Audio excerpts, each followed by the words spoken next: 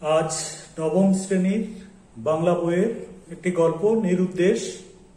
লেখক প্রেমেন্দ্র মিত্র।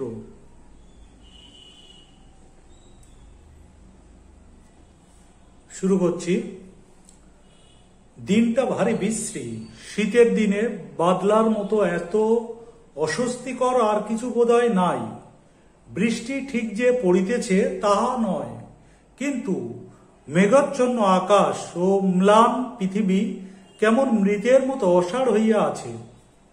সোমেশ হঠাৎ আজ আসিয়া না পড়িলে কেমন করিয়া দুপুরটা কাটাইতাম বলিতে পারি না, কিন্তু সোমেশও আজ যেন কেমন হইয়া আসিয়াছে। খবরের কাগজটা দু একবার উল্টাইয়া পাল্টাইয়া সোমেশের সামনে ফেলিয়া দিয়া বলিলাম, একটা আশ্চর্য ব্যাপার দেখেছ কি? আজকের কাগজে একসঙ্গে 7টা নিরুদ্দেশের বিজ্ঞাপন। সোমেশ কোনো কৌতূহল প্রকাশ করিল না। যেমন বসিয়াছিল তেমনি উদাসীন ভাবেই শুধু সিগারেটের ধোঁয়া ছাড়িতে লাগিল। নিস্তব্ধ ঘরের ভিতর ধোঁয়ার কুণ্ডলী শুধু ধীরে ধীরে পাক খাইতে খাইতে ঊর্ধ্বে উঠিতেছে, আর সমস্তই নিশ্চল স্তব্ধ। বাইরের অসাড়তা যেন আমাদের মনের উপরও চাপিয়া ধরিয়াছে। নেহাত একটা কিছু করিয়া এই অস্বস্তিকর স্তব্ধতা ভাঙিবার প্রয়োজনেই আরম্ভ করিলাম। নিরুদ্দেশ এর এই বিজ্ঞাপনগুলো দেখলে কিন্তু আমার হাসি পায়। অধিকাংশ ক্ষেত্রে ব্যাপারটা কি হয় জানো তো? ছেলে হয়তো রাত করে থিয়েটার দেখে বাড়ি ফিরেছেন, এমন তিনি প্রায় ফিরে থাকেন আজকাল। খেতে বসবার সময় বাবা কয়েকদিন খোঁজ করেছেন, কোথায় গেলেন বাবু? তোমার গুণধর পুত্রটি? লুকোনো পুঁজি থেকে মা বিকেলে ছেলের পেড়াপিড়িতে টাকা কটা বার করে দিয়েছেন, সুতরাং তিনি জেনে শুনে মিথ্যে আর বলতে পারেন না, চুপ করে থাকেন। বাবা বলে যান, এত রাত্রেও বাবুর আসবার সময় হলো না। আরবারে তো ফেল করে মাথা কিনেছেন, এবারও কি করে কৃতার্থ করবেন বুঝতেই পারছি। পয়সাগুলো আমার খোলামকুচি কিনা, তাই নবাবপুত্তুর যা খুশি তাই করছেন। দূর করে দেব। এই মৌখিক আস্ফলনেই হয়তো ব্যাপারটা শেষ হতে পারত, কিন্তু ঠিক সেই সময়ে গুণধর পুত্রের প্রবেশ। বাবা ঝোঁকটার কাটিয়ে উঠতে পারেন না। নিজের কাছে মান রাখবার জন্য কিছু বলতে হয়।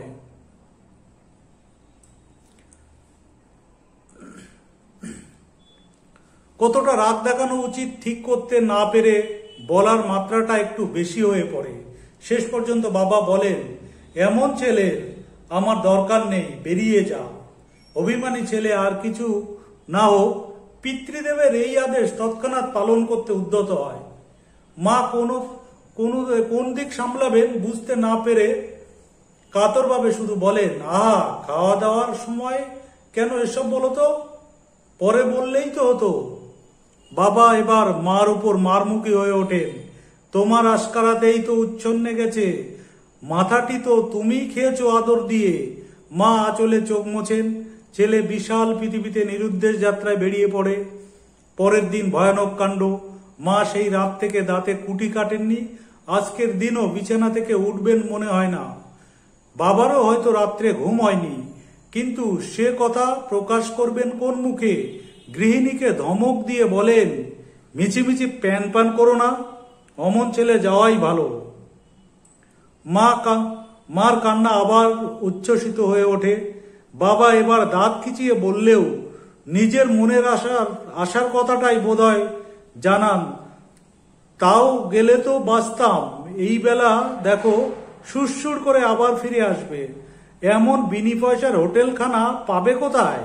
এই মা এবার অশ্রুসিক্ত স্বরে বলেন, এই দারুণ শীতে কাল সারা রাত কোথায় রইল কে জানে। কি করে বসে আমার তাই ভয়। হ্যাঁ, ভয়। বাবা কথাটাকে ব্যঙ্গ করেই উড়িয়ে দিতে চান। তোমার ছেলে কিছু করেনি গো, কিছু করেনি, দিব্যি আছে কোনো বন্ধুর বাড়ি, অসুবিধা হলেই এসে দেখা দেবে। মার কান্না তবু থামে না। কিরকম অভিমানী জানো তো। বিরক্ত হতে বাবা বেরিয়ে যান। সন্ধ্যাবেলা অফিস থেকে ফিরে এসে দেখেন অবস্থা গুরুতর, ছেলে ফেরেনি। মা শয্যা থেকে আর উঠবেন না বলেই ফোন করেছেন। না, আর থাকতে দিলে না, এ অশান্তির চেয়ে বনবাস ভালো বলে বাবা বেরিয়ে পড়েন এবং ওঠেন গিয়ে একেবারে খবরের কাগজের অফিসে। খবরের কাগজের অফিসের ব্যাপারটা বড় জটিল। কোন দিকে কি করতে হয় কিছু বোঝা যায় না। খানিক এদিক ওদিক বিমূঢ় ভাবে ঘুরে একদিকের একটা অফিস ঘরে ঢুকে পড়ে নিরীহ চেহারার এক ভদ্রলোককে বেছে নিয়ে সাহস করে জিজ্ঞাসা করেন, আপনাদের কাগজে এই এই একটা খবর বার করতে চাই। নিরীহ চেহারার লোকটি হঠাৎ মুখ তুলে ব্যঙ্গের স্বরে বলেন, খবর? কেন, আমাদের খবরগুলো পছন্দ হচ্ছে না? আমরা কি এতদিন রামযাত্রা বার করেছি? বাবা একটু হতভম্ব হয়ে যায়। হতভম্ব হয়ে একবার অসহায়ভাবে চারিদিকে তাকান। পাশের যে ভদ্রলোকটির মুখ দেখে অত্যন্ত রূঢ় প্রকৃতির মনে হয়েছিল, তিনি সহানুভূতির স্বরে বলেন, আহা, কি করছো? ভদ্রলোক কি বলতে চান শোনোই না, বসুন আপনি। বাবা একটা চেয়ারে একটু অপ্রস্তুত ভাবে বসবার পর তিনি বলেন, কি খবর বলছিলেন? আজ্ঞে, ঠিক খবর নয়, এই এই একটু বিজ্ঞাপন। বিজ্ঞাপন? কিসের বিজ্ঞাপন? কতটা স্পেস দরকার? কফি এনেছেন? বাবা আরো বিমূঢ় ভাবে বলেন, আজ্ঞে, ঠিক বিজ্ঞাপন নয়, এই আমার ছেলে বাড়ি থেকে চলে গিয়েছে। তাকে আর কথা শেষ করতে হয় না। টেবিলের অপর দিক থেকে ভদ্রলোক বলেন, ও বুঝেছি, নিরুদ্দেশ। কি দেবেন, চেহারার বর্ণনা না ফিরে আসবার অনুরোধ? বাবা যেন এতক্ষণে কুল পেয়ে বলেন, আজ্ঞে হ্যাঁ, ফিরে আসবার অনুরোধ। ওর মা বড় কাঁদাকাটি করছে। বুঝেছি, রাগারাগি করে গিয়েছে বুঝি? ভদ্রলোক একটা কাগজের প্যাড বাবার দিকে এগিয়ে দিয়ে বলেন, নিন, লিখে দিন। লিখে বাবার মুখের বিপদগ্রস্ত ভাব অত্যন্ত স্পষ্ট। ভদ্রলোক দয়াপরবশ হয়ে বলেন, আচ্ছা, আমরা লিখে দেবো ক্ষণ, আপনি শুধু নামটামগুলো দিয়ে যান। পরিচয় ইত্যাদি দিয়ে যাওয়ার সময় বাবা অনুরোধ করেন, একটু ভালো করে লিখে দেবেন। ওর মা কাল থেকে জল গ্রহণ করেনি। সে বলতে হবে না, এমন লিখে দেব যে পড়ে আপনার ছেলে কেঁদে ভাসিয়ে দেবে। আপনি নিশ্চিন্ত থাকুন। আশ্বস্ত হয়ে বাবা ঘরে ফেরেন, কিন্তু অশ্রু জলে বিজ্ঞাপন বার হওয়ার আগেই দেখেন ছেলে ঘরে এসে হাজির। অনুতপ্ত হয়ে সে এসেছে মনে করো না। সে বাড়িতে থাকতে আসেনি, শুধু একবার চলে যাওয়ার আগে তার গোটা কত বই নিয়ে যেতে এসেছে। এবার মার ক্রুদ্ধস্বর শোনা যায়, তা যাবি বই কি, অমনি কুলঙ্গার তুই তো হয়েছিস। কোনো ছেলে যেন আর বকুনি খায় না, তুই একেবারে পীর হয়েছিস। কাল সারা রাত দু চোখের পাতা এক করিনি তো জানিস। ভেবে ভেবে চেহারাটা আজ কি হয়েছে দেখে আয়, উনি তেজ করে চলে যাবেন। বাবা এবার ভেতরে ঢুকে মৃদুস্বরে বলেন, আহ, আর বকাবকি কেন? মা ধমক দিয়ে বলেন, তুমি থামো, অত আদর ভালো নয়। একটু বকুনি খেয়েছেন বলে বাড়ি ছেড়ে চলে যাবে? এত বড় আস্পর্ধা! অধিকাংশ নিরুদ্দেশের বিজ্ঞাপনের ইতিহাস এই। সোমেশের সিগারেটটা তখন শেষ হইয়াছে। এতক্ষণ ধরিয়া আমার কথা সে মোটেই শুনিয়াছে বলিয়া মনে হয় না। একবার একটু নাড়িয়া বসিতেও তাহাকে দেখার যায় নাই। একটু বিরক্ত স্বরে বলিলাম, কি হয়েছে তোমার বলো তো? মিছিমিছি আমি একলা বকে মরছি। সে কথার কোনো উত্তর না দিয়া সোমেশ হঠাৎ ছড়ানো পা গুটাইয়া লইয়া সোজা হইয়া বসিয়া সিগারেটের অবশিষ্টটুকু ফেলিয়া দিল। তারপর বলিল, তুমি জানো না, এই বিজ্ঞাপনের পেছনে অনেক সত্যকার ট্র্যাজেডি থাকে।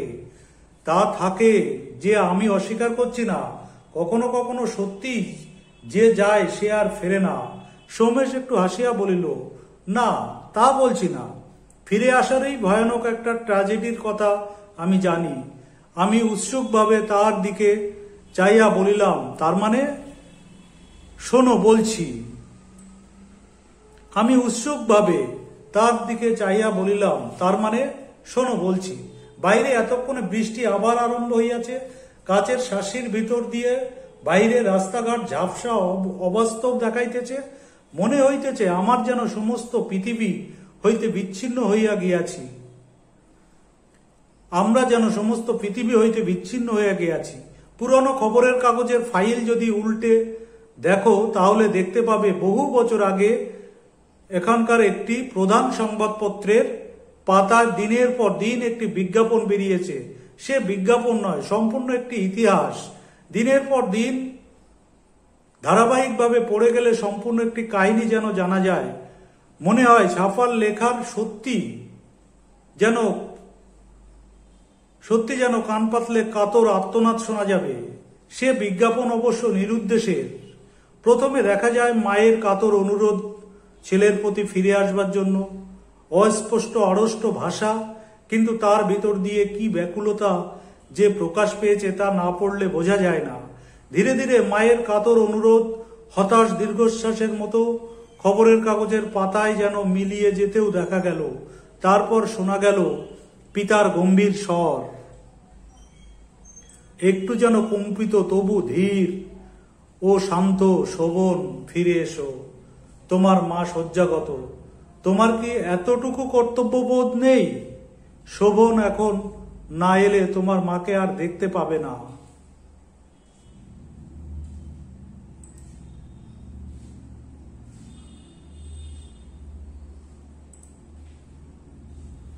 কিন্তু শোভনের হৃদয়ে এতে বুঝি গলল না। দেখা গেল বিজ্ঞাপন সমানভাবে চলেছে, শুধু পিতার নিজেকে সামলাবার আর ক্ষমতা নাই। এবার তার স্বরে কাতরতা, শুধু কাতরতা নয়, একান্ত দুর্বলতা। শোভন, জানো না আমাদের কেমন করে দিন যাচ্ছে, এসো, আর আমাদের দুঃখ দিও না। বিজ্ঞাপন ক্রমশ হতাশ হাহাকার হয়ে উঠল, তারপর একেবারে গেল বদলে। আর শোভনকে উদ্দেশ্য করে কিছু লেখা নাই, সাধারণ একটি বিজ্ঞাপন মাত্র। এই ধরনের, এই চেহারা, এই বয়সের একটি ছেলে, আজ 1 বছর, তার কোনো সন্ধান নেই। সন্ধান দিতে পারলে পুরস্কার পাওয়া যাবে। পুরস্কারের পরিমাণ ক্রমশই বাড়তে লাগলো। খবরের কাগজের পাতায় দোহারা ছিপছিপে একটি বছর 16-17 ছেলে, পরিচয় চিহ্ন ঘাড়ের দিকে, ডান কানের কাছে একটি বড় জরুল। জীবিত না মৃত এইটুকু যদি কেউ সন্ধান দিতে পারে তাহলেও পুরস্কার পাওয়া যাবে। সোমেশ চুপ করিল খানিকক্ষণের জন্য। জলের ছাটে শাসির কাজ একেবারে ঝাপসা হইয়া গিয়াছে। ঘরের ভিতর ঠান্ডায় মনে হইতেছে একটা টম্বল জড়াইতে পারিলে ভালো হয়। বলিলাম, এত গেল বিজ্ঞাপনের উপখ্যান, আসল ব্যাপারের কিছু জানো নাকি? জানি, শোভনকে আমি জানতাম। সে যে কোনো ভয়ঙ্কর অভিমানের বশে বাড়ি ছেড়ে এসেছিল তা মনে করো না। বাড়ি ছাড়াটাই তার কাছে একান্ত সহজ। ছুতোটা যা হোক, কিছুই হলেই হলো। পৃথিবীতে 2-1টা লোক আসে জন্ম থেকেই একেবারে নির্লিপ্ত মন নিয়ে। তারা ঠিক কঠিন হৃদয় নয়, বরং বলা যেতে পারে তাদের মন তৈলাক্ত, পিচ্ছিল বলে তারা কোথাও ধরা পড়ে না। কিছুই তাদের মনে দাগ দিতে পারে না। শুনলে আশ্চর্য হবে, খবরের কাগজের বিজ্ঞাপনের সংবাদ জানলেও সেগুলো সে অনুকরণই করেনি। কোনোদিন চোখে পড়েছিল হয়তো, তারপর অনায়াসে সেগুলো গেছিল ভুলে। বাড়ির বাইরে যে সমস্ত দুঃখ অসুবিধার অন্য কেউ হলে হয়রান হয়ে পড়ত, তার ভেতরেই সে পেয়েছে মুক্তির স্বাদ। অন্য কেউ যাই ভাবুক, সে নিজেকে একটি ছোট্ট সংসারের আদরের ছেলে হিসেবে শুধু ভাবতে পারেনি। কিন্তু বিজ্ঞাপন যেদিন হঠাৎ বন্ধ হয়ে গেল, সেদিন কেন বলা যায় না তার উদাসীন মনও বিচলিত হয়ে উঠল। বিজ্ঞাপন বন্ধ হয়েছিল একটু অসাধারণভাবে, ক্লান্তভাবে। চলতে চলতে একদিন হঠাৎ তা থেমে যায়নি। হঠাৎ যেন একটা ভয়ঙ্কর দুর্ঘটনায় সংবাদপত্রের পাতা স্তব্ধ হয়ে গেল। শোভনের চেহারার বর্ণনার বদলে হঠাৎ একদিন দেখা গেল, শোভন, তোমার মার সঙ্গে আর তোমার বুঝি দেখা হলো না? তিনি শুধু তোমারই নাম করছেন এখনো? তারপর আর কোনো বিজ্ঞাপন দেখা গেল না। প্রায় 2 বছর তখন কেটে গেছে। শোভন একদিন হঠাৎ গিয়ে হাজির তার দেশে। একটা ব্যাপারে শোভনের প্রকৃতির খানিকটা পরিচয় পাবে। সে কথাটা আগে বলিনি। শোভন সাধারণ মধ্যবিত্ত ঘরের ছেলে নয়। সম্পন্ন বললেও তাদের ঠিক বর্ণনা করা হয় না। তাদের প্রাচীন জমিদারি অনেক দুর্দিনের ভিতর দিয়ে এসেও তখনও তেমন ক্ষয় পায়নি। শোভনই তার একমাত্র উত্তরাধিকারী। সোমেশ একটু থামিতেই আমি বলিলাম, যাক, শেষটুকু আর না বললেও চলবে, বুঝতে পেরেছি। সোমেশ একটু হাসিয়া কোনো উত্তর না দিয়া বলিয়া চলিল, 2 বছর স্বাধীন জীবনের দুঃখ কষ্ট গায়ে না মাখলেও তার ছাপ শোভনের ওপর তখন পড়েছে। 2 বছরে সে অনেক পরিবর্তিত হয়েছে, কিন্তু তাই বলে তাদের কর্মচারীরা তাকে চিনতে পারবে না এতটা আশঙ্কা করেনি। শোভন দেশে পৌঁছে সোজাসুজি তাদের বাড়ি ঢুকছিল। প্রথমে তাকে বাধা দিলেন তাদের পুরনো নায়েব মশাই। কাকে চান? শোভন হেসে বললে, কাউকে না, বাড়িতে যেতে চাই। নায়েব মশাই তার দিকে খানিক তীক্ষ্ণ দৃষ্টিতে তাকিয়ে থেকে তারপর একটু স্মিত হাস্যে বললেন, ও, কিন্তু এত তাড়াতাড়ি কেন? আসুন, বাড়িতে একটু বিশ্রাম করুন। শোভন অবাক হয়ে বললে, সে কি হয়েছে নায়েব মশাই? না, হয়নি কিছু। মা ভালো আছেন? শোভনের প্রশ্নে এবার সত্যি ব্যাকুলতা ছিল। নায়েব মশাই তেমনি অদ্ভুত হাসি হেসে বলেন, ভালো আছেন বই কি, আসুন আমার সঙ্গে। শোভন তবু বললে, কিন্তু ভেতরে গেলেই তো হয়। নায়েব মশাই একটু যেন কঠিন স্বরে বললে, না, হয় না, আপনি আমার সঙ্গে আসুন। শোভন রীতিমতো বিমূঢ় অবস্থায় আবার নায়েব মশাইকে অনুসরণ করে বাড়িতে গিয়ে উঠল। 2 বছরে সেখানে কিছু পরিবর্তন হয়েছে। পুরনো সরকার তাদের নেই। নতুন 2টি লোক সেখানে বসে খাতা লিখছে। তার পরিচিত বৃদ্ধ খাজাঞ্চি মশাইকে দেখে সে যেন আশ্বস্ত হলো। নায়েব মশাই তাকে একটা চেয়ারে বসতে বলে খাজাঞ্চি মশাইকে উদ্দেশ্য করে বললেন, ইনি ভেতরে যেতে চাইছেন। শোভনের কাছে নায়েব মশাইয়ের গলার স্বর কেমন যেন অস্বাভাবিক মনে হলো। খাজাঞ্চি মশাই নাকের উপরের চশমাটা একটু আঙুল দিয়ে তুলে তার দিকে চেয়ে বললেন, ও, উনি আজই এসেছেন বুঝি?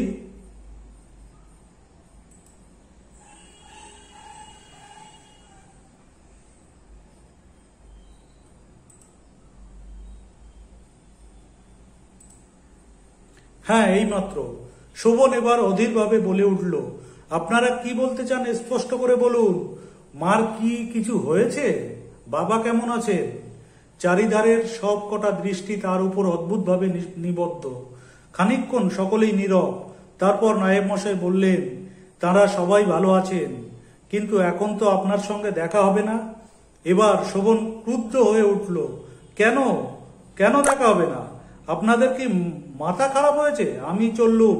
শোভন উঠল, কিন্তু নায়েব মশাই দরজার কাছে সামান্য কিছু এগিয়ে গিয়ে শান্তভাবে বললেন, দেখুন, মিছিমিছি কেলেঙ্কারি করে লাভ নেই, তাতে ফল হবে না কিছু। হঠাৎ শোভনের কাছে সমস্ত ব্যাপারটা ভয়ঙ্করভাবে স্পষ্ট হয়ে উঠল।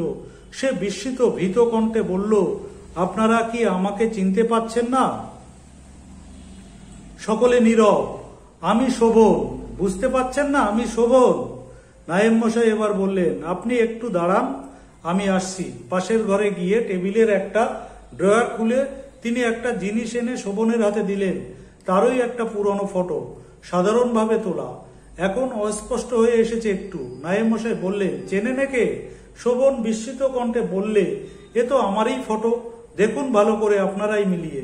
না, এ অসহ্য। চুলগুলো মুঠি করে ধরে সে বসে পড়ল। নায়েব মশাই তার সঙ্গে বসে বললেন, দেখুন, কিছু মনে করবেন না, আপনার সঙ্গে একটু মিল আছে সত্যি, কিন্তু এর আগে আরো 2 জন সঙ্গে ছিল, মায় জুড়ুল পর্যন্ত। আমাদের এ নিয়ে গোলমাল করতে মানা আছে।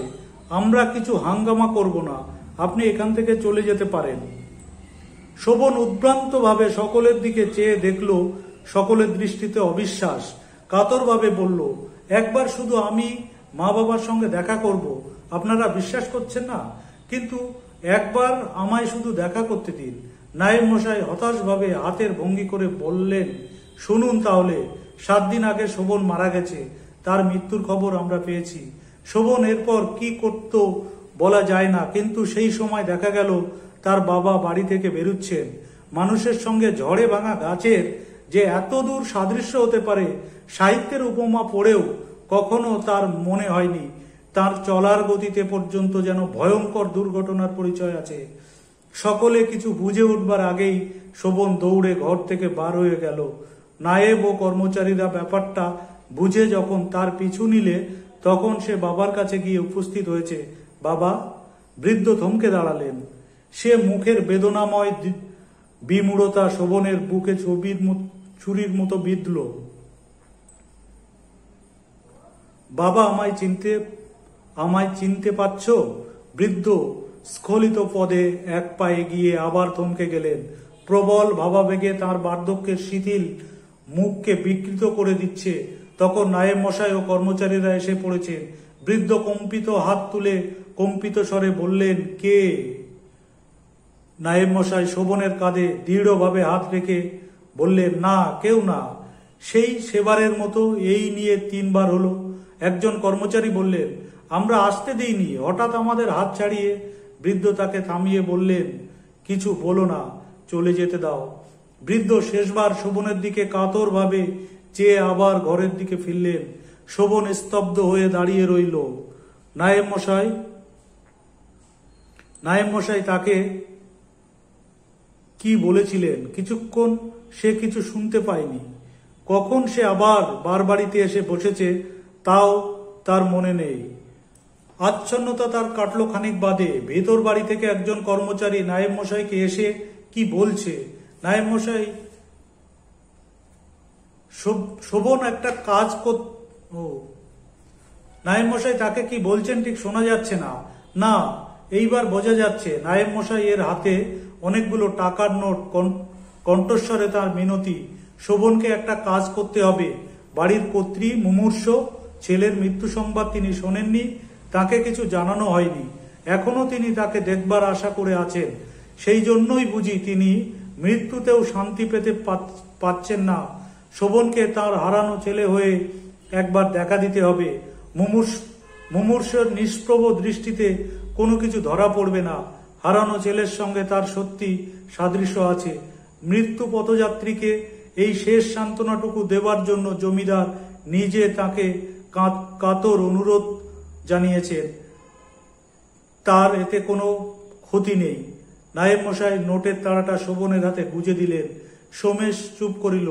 খানিকক্ষণ বাইরের বৃষ্টির শব্দ ছাড়া আর কোনো শব্দ নাই। আমি অবশেষে বলিলাম, সোমেশ, তোমার কানের কাছে একটা জরুল আছে। সোমেশ হাসিয়া বলিল, সেই জন্যেই গল্প বানানো সহজ হলো। কিন্তু কেন বলা যায় না? শীতের বাদলের এই শীতল প্রায় অন্ধকার অস্বাভাবিক অপরাহ্নে তার হাসিটাই বিশ্বাস করতে আমার প্রবৃত্ত হইল না। নমস্কার।